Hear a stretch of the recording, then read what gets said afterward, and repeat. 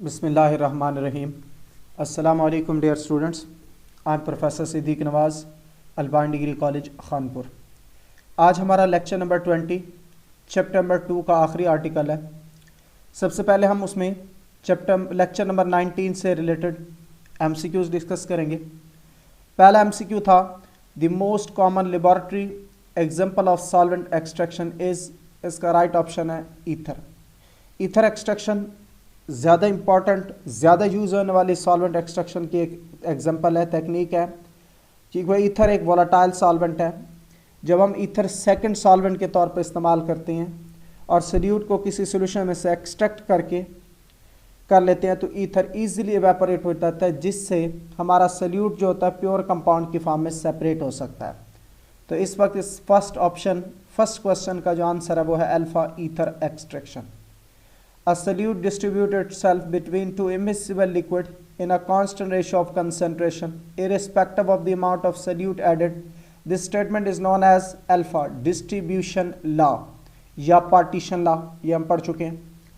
Where an organic component in water is volatile and thermally unstable, it can be separated by Charlie option solvent extraction.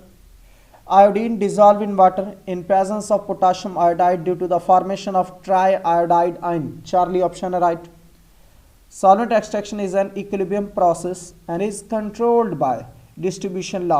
Option है beta. Question number 6. Solvent extraction method is particularly useful technique for the separation when the product to be separated is delta, volatile and thermally unstable. Volatile होगा तो जल्द evaporate हो जाएगा, दूसरा thermally unstable होगा, इसलिए हम हीट नहीं करेंगे बल्कि सेकंड सॉल्वेंट के ज़रिए उससे एक्सट्रैक्ट करेंगे ऑलरेडी मौजूद किसी दूसरे सॉल्वेंट में in the form of a solution. तो दैट्स वाई इस वक्त जो क्वेश्चन 6 का राइट ऑप्शन है वो है delta, volatile and thermally unstable. अब हम देखते हैं आज का लेक्चर नंबर 20 क्रोमेटोग्राफी। बेटा क्रोमेटोग्राफी एक ग्रीक वर्ड है जो क्रोमेटोस से ड्राइव्ड है। क्रोमेटोस का मतलब होता है कलर, ग्राफियन का मतलब होता है रीडिंग या राइटिंग। तो colour writing, chromatography mean colour writing. शुरू में जो कलर्ड कंपाउंड थे क्रोमेटोग्राफी उनके लिए यूज़ की गई थी, इसलिए इसका Greek word chromatos mean colour writing, ये इससे बेसिकली क्रोमेटोस से ड्राइव्ड है। तो क्रोमेटोग्राफी होती क्या है? ये एक ऐसी टेक्निक है जिसमें हम मिक्सचर के कंपोनेंट को सेपरेट करते हैं on the basis of difference in their affinities for stationary and mobile phase. Basically यहाँ दो फेज होते हैं। जो हमारा मिक्सचर का कंपोनेंट होता है डिपेंड करता है कि उसकी एफिनिटी किस फेज की तरफ ज़्यादा है, स्टेशनरी फेज की तरफ या मोबाइल फेज की तरफ। मैं आपको एक छोटी सी एग्जांपल देता हूँ कि अगर हमारे पास दीवार है, दीवार पेंट शुदा है, पेंट के ऊपर अगर इंक के ड्रॉप लगे हुए हैं, पेंट एक स्टेशनरी फेज है, इंक के ड्रॉप उसके ऊपर कंपोनेंट है। अगर हम पानी दीवार के ऊपर फेंकें, पानी उन इंक के कंपोनेंट्स को अपने अंदर हल करके बहा ले, तो इस वक्त कंपोनेंट की एफिनिटी पानी के साथ ज़्यादा है, पेंट के साथ कम है। लेकिन अगर कुछ ऐसे कंपोनेंट्स भी पेंट पे लगे हों कि जब आप पानी उसके ऊपर फेंकें कंपोनेंट पेंट को ना छोड़ें, पानी उनके ऊपर से बह जाए, तो इट्स मीन कि इस वक्त ये जो कंपोनेंट हैं वो पेंट की तरफ ज़्यादा अट्रैक्टिव हैं कंपैरेटिव टू वाटर के। तो देखिए यहाँ पे दो चीज़ें, एक पेंट दूसरा वाटर। वाटर वो है जो मोबाइल फेज है, मूविंग फेज है, जो फ्लो कर सकता है। स्टेशनरी फेज वो है जिसके ऊपर कोई और as a inert thin film के तौर पे चिपका हुआ है। तो दो फेजेस यहाँ पे डिस्कस होंगे, एक स्टेशनरी और दूसरा मोबाइल फेज। स्टेशनरी फेज वो होता है जो अपनी सरफेस मुहैया करता है, मोबाइल फेज जो होता है जो इस स्टेशनरी फेज के ऊपर फ्लो करता है। तो याद रखेंगे दो फेजेस होंगे यहाँ पर, एक स्टेशनरी फेज दूसरा मोबाइल फेज। तो क्रोमेटोग्राफी क्या है? एक ऐसी टेक्निक जिसमें मिक्सचर के कंपोनेंट्स को उनकी रिलेटिव एफिनिटीज स्टेशनरी फेज और मोबाइल फेज की बुनियाद पे सेपरेट किया जाए, that is called chromatography. Chromatography word originate कहाँ से हुआ है? ग्रीक वर्ड से, क्रोमेटोस से। जिसका मतलब कलर ग्राफिया मीन राइटिंग, सो क्रोमैटोग्राफी मीन कलर राइटिंग। अब क्रोमैटोग्राफी में फेज कितने हैं बेटा? क्रोमैटोग्राफी के अंदर दो फेज हैं कि इसमें डिस्ट्रीब्यूशन इन्वॉल्व होती है सॉल्यूट की दो फेजेस के दरमियान, एक स्टेशनरी फेज, दूसरा मोबाइल फेज। तो पहली बात कि ये स्टेशनरी फेज क्या है? सॉलिड या लिक्विड जो स्पोर्ट हो as a thin film on the surface of an inert solid. Inert solid क्यों कह रहा हूं? क्योंकि जिसके साथ ये सॉलिड या लिक्विड रिएक्ट ना कर सके। इनर्ट होना जरूरी है। एड्जॉर्ब होना, एक होता है एब्जॉर्ब जज्ब होना, एड्जॉर्ब चिपका हुआ होना। तो क्या कह रहा हूं? स्टेशनरी फेज क्या है? अ सॉलिड और a liquid supported as a thin film on the surface of an inert solid is called stationary phase. जैसे alumina, silica gel, charcoal, silica, filter paper, acetone, water. देखिए मैंने कहा solid या liquid जो support हो as a thin film on an inert solid surface of inert solid is called stationary phase. तो ये acetone और वाटर इस वक्त लिक्विड है, जबकि ये बाकी जो चार एग्जांपल दिए हैं ये सॉलिड है। फिर है मोबाइल फेज। मोबाइल फेज क्या है? अ लिक्विड और gas that flows over the surface of stationary phase is called mobile phase. जैसे एसीटोन है, water, ethyl alcohol, benzene, hydrogen gas, nitrogen gas etcetera. दो एग्जांपल इस वक्त ये हाइड्रोजन और नाइट्रोजन की गैसेस फॉर्म के अंदर मोबाइल फेज, जबकि ये जो चार एग्जांपल है ये mobile phase in liquid form.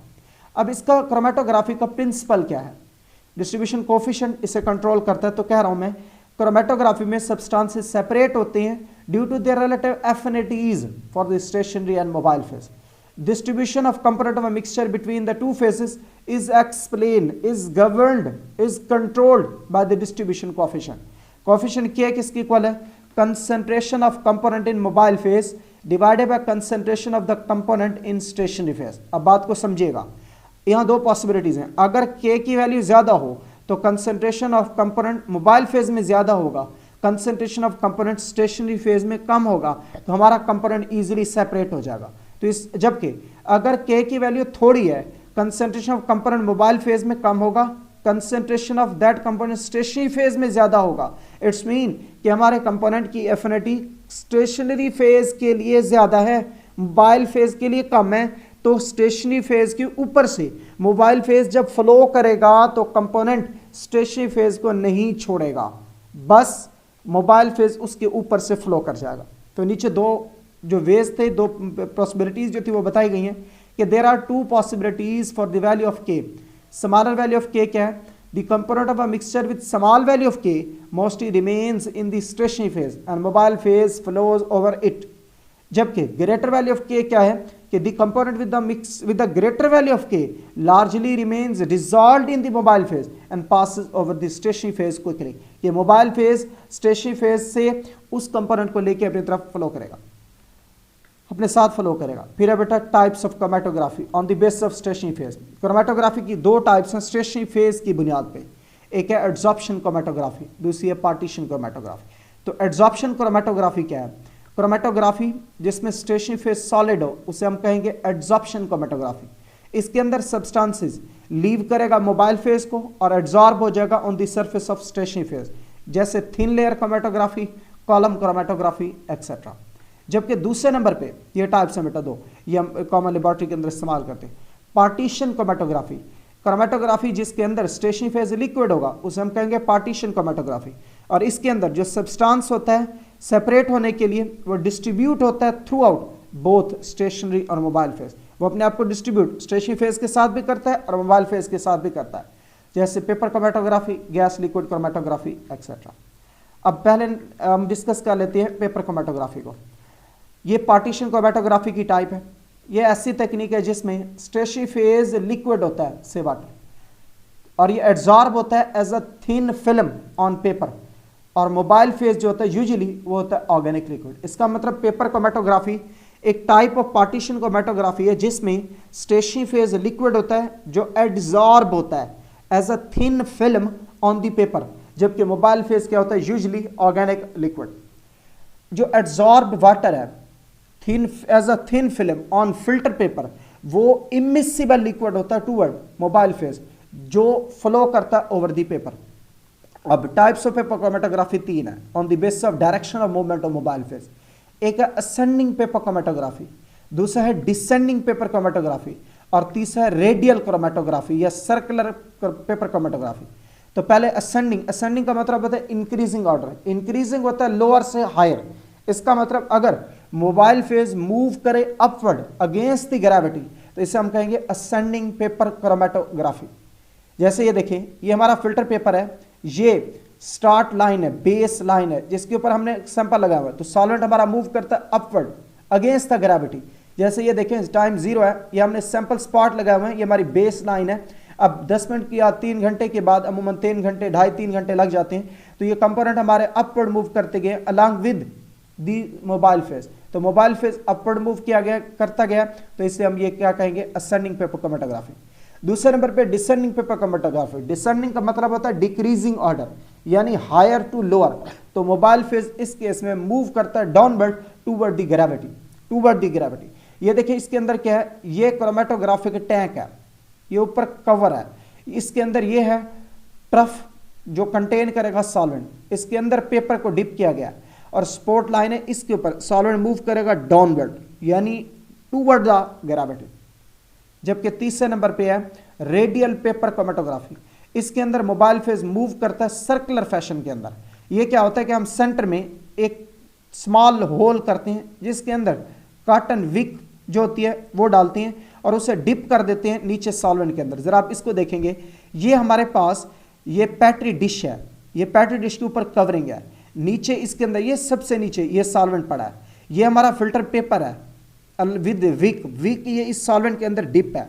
हमारी जो बेस लाइन होगी, बेस लाइन होगी ये वाली, ये जो सर्कुलर फॉर्म के अंदर हम एक बेस लाइन लगा देंगे या इसके करीब, इसके करीब इस जहाँ सैंपल स्पॉटिंग है इसके करीब करीब जो है ये यानी ये विक है, विक के करीब भी बिल्कुल एक सर्कल लगाएंगे, उसके ऊपर सैंपल स्पॉट करेंगे। जब सॉल्वेंट हमारा मूव करेगा इस विक के जरिए अपवर्ड, तो वो इस होल में इस पेपर के अलॉन्ग सर्कुलर फैशन के अंदर आउटवर्ड मूव करेगा, तो जो कंपोनेंट्स होंगे वो सेपरेट होंगे बाहर की जानिब, यानी सर्कुलर फैशन में आउटवर्ड, यानी इधर से यूं इस तरफ। फिर है बेटा हमारे पास असेंडिंग पेपर क्रोमेटोग्राफी जो कि हमने अपनी डिटेल के अंदर डिस्कस करेंगे। असेंडिंग पेपर क्रोमेटोग्राफी क्या है, इसके अंदर सॉल्वेंट एक pool is in a pool at the bottom of vessel in which the paper is spotted and the solvent travel upward by the capillary action, upward by the capillary action। इसके अंदर क्या है कि solvent को हम एक vessel के bottom के अंदर रखते हैं, उसके अंदर पेपर को स्पोर्ट करते हैं एंड सॉल्वेंट जो होता है वो मूव करता है upward against the gravity by capillary action. इसके अंदर एक होता है क्रोमेटोग्राफिक टैंक, ये मैं यहाँ पे बता रहा हूँ आपको, ये क्रोमेटोग्राफिक टैंक है, ये जो नजर आ रहा है इसको छोड़कर ये सारा ये क्रोमेटोग्राफिक टैंक है। ये इसका बॉटम है जहां पे सॉल्वेंट रखा जाता है और ये सॉल्वेंट मूव करता है इस पेपर पे कैपिलरी एक्शन के थ्रू अपवर्ड। फिर है chromatographic paper, the tank is covered to homogenize, बल्कि एक मिनट, इसके अंदर है chromatographic tank, a solvent mixture is specially composed in accordance with the sample to be separated. बेटा जो हमारे पास सॉल्वेंट होता है वो हम इस्तेमाल करते होते हैं हिट एंड ट्रायल मेथड पे, जो हमारे लिए जो सॉल्वेंट इजीली मूव करेगा ऑन द फिल्टर पेपर और बेटर सेपरेशन लाएगा, हम उसे यूज करते हैं। इससे हमने कहा है a solvent mixture is specially composed in accordance with the sample to be separated is poured into the chromatographic tank. हम क्रोमेटोग्राफिक टैंक के अंदर उस सॉल्वेंट को डाल देंगे। वॉटमैन क्रोमेटोग्राफिक पेपर है बेटा, वॉटमैन क्रोमेटोग्राफिक पेपर ये डिफरेंट किस्म के ग्रेड्स होते हैं। हम अमूमन इस्तेमाल करते हैं वॉटमैन फिल्टर पेपर नंबर 1, जिसका जो मैश साइज होता है वो होता है 11 माइक्रोमीटर, जो पोर साइज होता है वो होता है 11 माइक्रोमीटर, ये अमूमन इस्तेमाल होता है। तो टैंक को कवर किया to homogenize the its inner atmosphere with the vapours of solvent use. देखें हमने सॉल्वेंट को क्रोमेटोग्राफिक टैंक के अंदर रखा, फिर ऊपर से कवर कर देंगे। सॉल्वेंट होता है वोलेटाइल, तो जो क्रोमेटोग्राफिक टैंक का इनर एटमॉस्फेयर होता है वो एक जैसा हो जाता है, होमोजेनाइज हो जाता है। फिर हम क्या करते हैं, a 20 centimetre strip of Whatman chromatographic paper, एक वॉटमैन फिल्टर पेपर लेकर, क्रोमेटोग्राफिक पेपर लेकर 20 सेंटीमीटर की स्ट्रिप लेकर उसके एक सिरे पे 2.5 सेंटीमीटर से थिन पेंसिल लाइन ड्रा करते हैं, जिसे हम कहते हैं बेस लाइन। अगर आप देखेंगे यहाँ पर तो तो ये जहाँ सैंपल स्पॉट लगे हुए हैं, इसके इस सैंपल स्पॉट जिस जगह लगे इसके एन इसके नीचे एक बेस लाइन होती है लेड पेंसिल के जरिए, हॉरिजेंटल लाइन लगी होती है और उसके ऊपर हम ये सैंपल स्पॉट लगाते हैं। जिस जगह हम लाइन लगा लेते हैं 20 सेंटीमीटर फिल्टर पेपर की स्ट्रिप के एक सिरे पे 2.5 सेंटीमीटर, यानी ये जो स्पॉट लगे हुए हैं एक सिरे से वो 2.5 सेंटीमीटर के फासले पे लगाए जाते हैं। इस लाइन को कहते हैं बेस लाइन, और इसके ऊपर हम सैंपल स्पॉट अपने प्लेस करते हैं with the help of capillary tubes.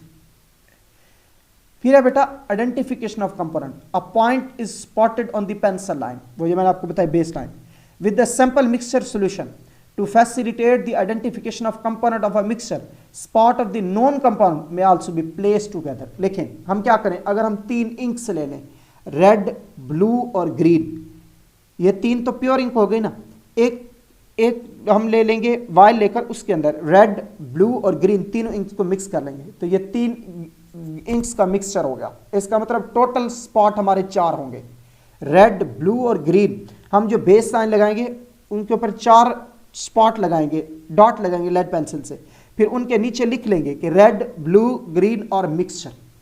अब रेड, ब्लू और ग्रीन का तो हमें पता होगा ना, लेकिन मिक्सचर के अंदर 3 कंपोनेंट्स मिले हुए हैं, फिर हमें उसके जरिए आइडेंटिफाई करना होगा।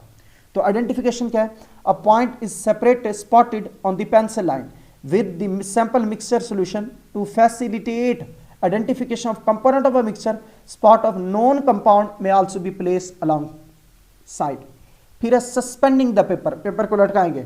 When the spot have dried on the paper strip, suspend the paper with clip so that the impregnated end dips into the solid mixture to a depth of 5 to 6 millimeter, keeping in view the baseline should remain above the solvent, the tank is covered। यानी क्या मतलब है कि जिस तरफ से chromatographic paper के एक तरफ 2.5 सेंटीमीटर के फासले में हमने बेस लगाई थी, बेस लाइन लगाई थी, उसके ऊपर अपना सैंपल स्पॉट लगा लिया। अब सैंपल स्पॉट जब ड्राई हो गए, अब हम इस तरह से क्रोमेटोग्राफिक टैंक के अंदर इस पेपर को लटकाएंगे कि जिस तरफ से हमने सैंपल स्पॉट लगाए हैं वो डिप हो जाए, फिल्टर पेपर का वो हिस्सा सॉल्वेंट के अंदर डिप हो गया है, लेकिन हमारी वो जो बेस लाइन है वो सॉल्वेंट के अंदर डिप नहीं होनी चाहिए, वो थोड़ी सॉल्वेंट से अबव होनी चाहिए। और पेपर को डिप कितना करना है, 5 से 6 मिलीमीटर। Upward movement of the solute, यानी यहां पे आ जाएगा सॉल्वेंट, ये upward movement of solvent as the solvent front passes through the spot. जैसे सॉल्वेंट हमारा नीचे से मूव करेगा upward against the gravity, spot के पास से गुजरेगा, तो solute began to move upward, तो सॉल्यूट के कंपोनेंट जो होंगे वो उसके साथ मूव करेंगे। The rate at which they move depend upon their distribution coefficient, के इन कंपोनेंट की एफिनिटी स्टेशनरी फेज के साथ ज्यादा है या मोबाइल फेज के साथ। अगर तो मोबाइल फेज के साथ ज्यादा होंगे तो वो उस मोबाइल फेज के साथ फ्लो करने लगेंगे, और अगर मोबाइल फेज के साथ एफिनिटी कम होगी तो वो स्टेशनरी फेज के साथ ज्यादा रहेंगे और मोबाइल फेज के साथ कम अट्रैक्शन होगी। फिर है removing the strip. When the solvent front has risen to about 3/4 of the length of the paper, यानी चौथाई हिस्सा, 3/4 हिस्सा जब फिल्टर पेपर के ऊपर सॉल्वेंट मूव कर जाए अपवर्ड, तो हम स्ट्रिप को रिमूव करेंगे, मार्क करेंगे सॉल्वेंट को from the base line and allow the strip to dry. जरा ये फिल्टर पेपर इसको देखेंगे, ये सॉल्वेंट जो हमारा इस वक्त मूव कर गया बेटा, ये यहां तक मूव कर गया, ये अगर आप देख सकें, ये मैं निशान लगा रहा हूं, ये यहां तक, ये सॉल्वेंट फ्रंट है। सॉल्वेंट देखिए पहले नीचे पड़ा था, स्पॉट ऊपर थे, ये जब ये सॉल्वेंट मूव करेगा अपवर्ड मूव करते करते यहां तक पहुंचे, तो आप देख सकते हैं कि ये जो हमने कंपोनेंट लगाए थे वो अलग-अलग हो चुके हैं। अलग-अलग किस तरह हुए, इसका मतलब यह हुआ कि ये जो 3 स्पॉट थे, तीनों स्पॉट के अंदर 3 चीजें थी, ग्रीन, रेड और येलो, तो ये 3 सेपरेशन हो चुके हैं ना। अब स्पॉट कितने हैं, 3 स्पॉट है, इसका मतलब हर मिक्सचर के अंदर पाए जाने वाले 3 कंपोनेंट्स थे और तीनों एक जैसे हैं। फिर है बेटे and allow the strip to dry. अब ये जो स्ट्रिप बाहर निकाल लेते हैं जब इसे ड्राई करते हो, that will be known as chromatogram. तो वंस द डिफरेंट ये द फाइनिश्ड, अब क्रोमेटोग्राम क्या बेटा, जब इस स्ट्रिप को क्रोमेटोग्राफिक टैंक से बाहर निकाल लेंगे, उससे लेड पेंसिल से सॉल्वेंट फ्रंट का निशान लगा लेंगे, तो that will be known as chromatogram. तो ये कहा है the finest dried product with the colour bands of various component of a mixture obtain in chromatographic experiment is called chromatogram. Once the paper is dried the pattern on the paper is called chromatogram. और इस pattern से क्या मुराद है, ये वाला pattern बेटा, ये जो आपको नजर आ रहा है वाज़ेह तौर पे, इस क्रोमेटोग्राम को अगर मैं देखूं, इस क्रोमेटोग्राम के अंदर 1 2 3 4 स्पॉट हैं। इसका मतलब यहाँ पे जो सैंपल लगाया था उसके अंदर 4 कंपोनेंट थे। इस वक्त ये 3 स्पॉट हैं, इसका मतलब ये हुआ कि 3 कंपोनेंट है। इस वक्त ये 3 का, इसका मतलब ये हुआ कि इस वक्त भी 3 कंपोनेंट है। अब अगर आप गौर करें, यहाँ ग्रीन और ग्रीन ये बराबर हैं, ये ग्रीन और ग्रीन बराबर हैं। इट्स मीन कि ये जो कंपोनेंट, ये 2 सैंपल स्पॉट लगाए थे उनके अंदर ग्रीन कॉमन है। येलो के स्पॉट भी, येलो ये पहले और तीसरे वाले में है, बराबर है। इसका मतलब ये हुआ कि ये हमारे पास जो पहला और तीसरा सैंपल लगाया था उसके अंदर येलो वाला कंपोनेंट कॉमन है, ब्लू वाला कॉमन है। और ये जो मैक्सिमम फासला तय किया सॉल्वेंट ने वो सॉल्वेंट फ्रंट है। सॉल्वेंट फ्रंट का फासला हमेशा मैक्सिमम फासला, ये वो मैक्सिमम फासला होता है जो सॉल्वेंट ट्रेवल करता है from base line to upward. तो different component of the mixture if coloured can visually be identified. तो ये जो अगर कलर्ड होंगे तो हम इजिली आइडेंटिफाई कर लेंगे। फिर डेवलपमेंट ऑफ क्रोमेटोग्राम। बेटा if component of mixture are colourless then chromatogram has to be developed. कैसे डेवलप करते हैं? 2 तरीके हैं, एक केमिकल मेथड, दूसरा फिजिकल मेथड। मकसद होता है सैंपल स्पॉट के बारे में जानना। By using some locating agent, ये हम स्प्रे करते हैं लिक्विड्स का, जैसे निन हाइड्रोजन जो होता है वो यूज होता है अमाइनो एसिड्स के लिए। तो उससे जब वो कलरलेस स्पॉट होगा, हम लुकेटिंग एजेंट का इस्तेमाल करेंगे तो स्पॉट नजर आएगा, तो वो इंडिकेशन होगी कि वो अमाइनो एसिड। फिजिकल मेथड में हम यूवी लैंप का इस्तेमाल करते हैं, अल्ट्रावायलेट लाइट का इस्तेमाल करते हैं जिससे स्पॉट आइडेंटिफाई होते हैं, तो यूवी लैंप इस्तेमाल होता है।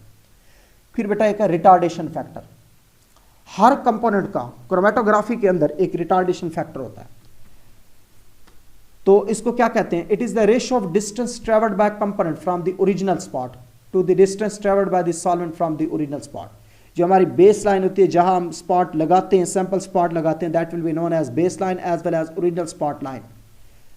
तो कंपोनेंट का फासला ओरिजिनल स्पॉट से divided by distance travelled by the solvent from the original spot, this is called retardation factor. Each component of a mixture has its own specific retardation factor and called RF value. This value is related to the distribution coefficient is governed by. Distribution coefficient कैसे, मैंने आपको बताया था कि अगर K की value ज़्यादा है तो कंपोनेंट मोबाइल फेज के साथ ट्रैवल करेगा, स्टेशनरी फेज को लीव करेगा, और अगर K वैल्यू कम है, डिस्ट्रीब्यूशन कोफिशिएंट की वैल्यू कम है, तो कंपोनेंट हमारा स्टेशनरी फेज के साथ रहेगा, मोबाइल फेज के साथ मूव नहीं करेगा। फिर है बेटा कि जो RF वैल्यू है कैलकुलेट कैसे की जाती है, ये देखें। आपको मैं एक सैंपल ले आया हूँ, आपके पास सैंपल स्पॉट लगाए गए हैं। यहाँ पे ये ओरिजिन है, यहाँ एक मिक्सचर लगाया गया। जब हमने क्रोमेटोग्राफी की तो उसके अंदर 3 स्पॉट मिले, एक येलो, पर्पल और ब्लू। जो हमारा सॉल्वेंट है वो बेस लाइन से ये फासला तय गया, तो जो बेस लाइन, ये वाली बेस लाइन है, बेस लाइन से जो सॉल्वेंट का फासला है वो 10 सेंटीमीटर है। जो ब्लू इंक का फासला है वो 8 सेंटीमीटर है। जो पर्पल इंक का फासला है वो 6 सेंटीमीटर है। जो येलो का वो 2 सेंटीमीटर है। तो आप देख सकते हैं कि जितने भी कंपोनेंट्स हैं सभी का फासला सॉल्वेंट फ्रंट से कम है। तो retardation factor has no unit because it is a ratio of 2 same quantities. तो सेम क्वांटिटीज़ कैसे? Distance by distance. तो अगर सेंटीमीटर सेंटीमीटर होगा तो वो कैंसिल हो जाएगा एक दूसरे से। अब हमने RF वैल्यू कैसे कैलकुलेट करनी है, गौर करें ज़रा। येलो कलर्ड डिस्टेंस उसने ट्रैवल किया 2 सेंटीमीटर, जो सॉल्वेंट फ्रंट का फासला है वो 10 है, तो RF वैल्यू 0.2। पर्पल ने डिस्टेंस ट्रैवल किया 6 सेंटीमीटर और D2 जो है वो 10 सेंटीमीटर, तो आंसर है 0.6।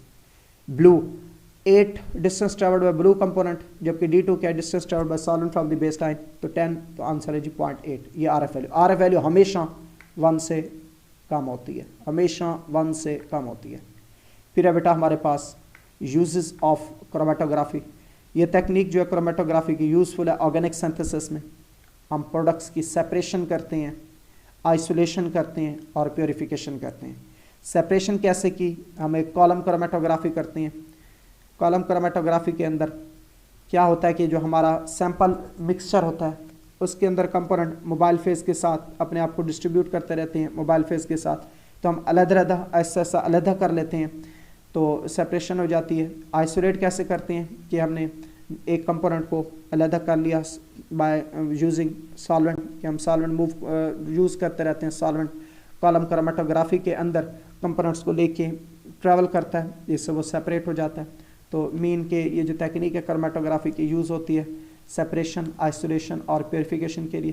प्योरीफिकेशन का कैसे पता चलता है? अभी हमने पेपर क्रोमेटोग्राफी की कि अगर हमारे पास क्रोमेटोग्राफ के 3 स्पॉट आए हैं तो इसका मतलब ये है कि कंपोनेंट 3 है सैंपल के अंदर, लेकिन अगर एक ही स्पॉट आ जाता है इसका मतलब हमारा जो सैंपल है उसके अंदर सिर्फ एक कंपोनेंट है, इट्स मीन वो प्योर है। यूज़ होता है आइडेंटिफिकेशन ऑफ कंपोनेंट मिक्सचर के लिए, like mixture of inks, mixture of amino acids. तो हमें पता चला कि मिक्सचर के अंदर कितने जैसे स्पॉट, जितने स्पॉट आते हैं हमारे पास क्रोमेटोग्राम पर, उससे आइडेंटिफाई होता है कि मिक्सचर के अंदर कितने कंपोनेंट हैं। ये क्वालिटेटिव टेक्निक भी है और क्वांटिटेटिव भी है। क्वालिटेटिव इसलिए कि हम आइडेंटिफाई करते हैं, क्वांटिटेटिव इसलिए कि हम कंपोनेंट को सेपरेट करके जब उनका वजन करते हैं तो हमें उनकी क्वांटिटी का पता चलता है। It is also use for the determination of purity of substance. तो इसकी से हमें अगर हम क्रोमेटोग्राफी कर लें और क्रोमेटोग्राफी में जो सैंपल स्पॉट हैं अगर वो एक है तो कंपोनेंट हमारा प्योर होगा, अदरवाइज इम्प्योर होगा। थैंक यू वेरी मच बेटा, अल्लाह हाफिज़, अल्लाह निगहबान।